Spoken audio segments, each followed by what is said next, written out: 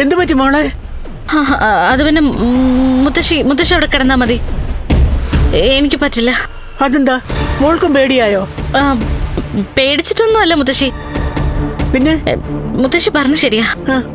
പിച്ചും പേയും പറഞ്ഞോണ്ടിരിക്ക, ആരെയോ കണ്ടിട്ടെന്ന പോലെ സംസാരിച്ചോണ്ടിരിക്ക. അതൊക്കെ കേട്ടോണ്ട് എങ്ങനെ കിടന്നുറങ്ങാനാ?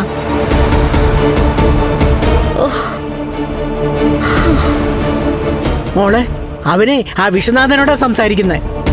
ആരോടായാലും ശരി, അത് കേട്ടോണ്ട് കിടന്നാ ഉറക്കം വരത്തില്ല.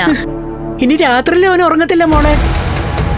ഒരു 2-3 മണി വരെ ഒരേ സംസാരമാ. അവന്റെ അടുത്ത് തന്നെയുണ്ട് ആ വിശ്വനാഥൻ. ഞാൻ ആ മുറിക്കകത്ത് കിടന്നാലേ ചിലപ്പോ അവൻ എന്റെ ദേഹത്ത് കയറും. അതുകൊണ്ടാ മോളോട് അവിടെ പോയി കിടക്കാൻ പറഞ്ഞു. അപ്പോ എന്റെ ദേഹത്തോട്ട് കേറിക്കോട്ടെ എന്നല്ലേ? മോൾക്ക് പേടിയൊന്നും ഇല്ലാത്തോണ്ട് മോളുടെ ദേഹത്ത് കയറാൻ സാധ്യതയില്ല. ഈ പേടിക്കുന്നവരെയാണ് പ്രേതങ്ങളൊക്കെ ശല്യം ചെയ്യുന്നത്. അങ്ങനെയൊന്നുമില്ല, എല്ലാവരെയും ശല്യം ചെയ്യും. മോളെ, എന്റെയും പ്രതാപന്റെയും ഒക്കെ ഒരേ നാളാ.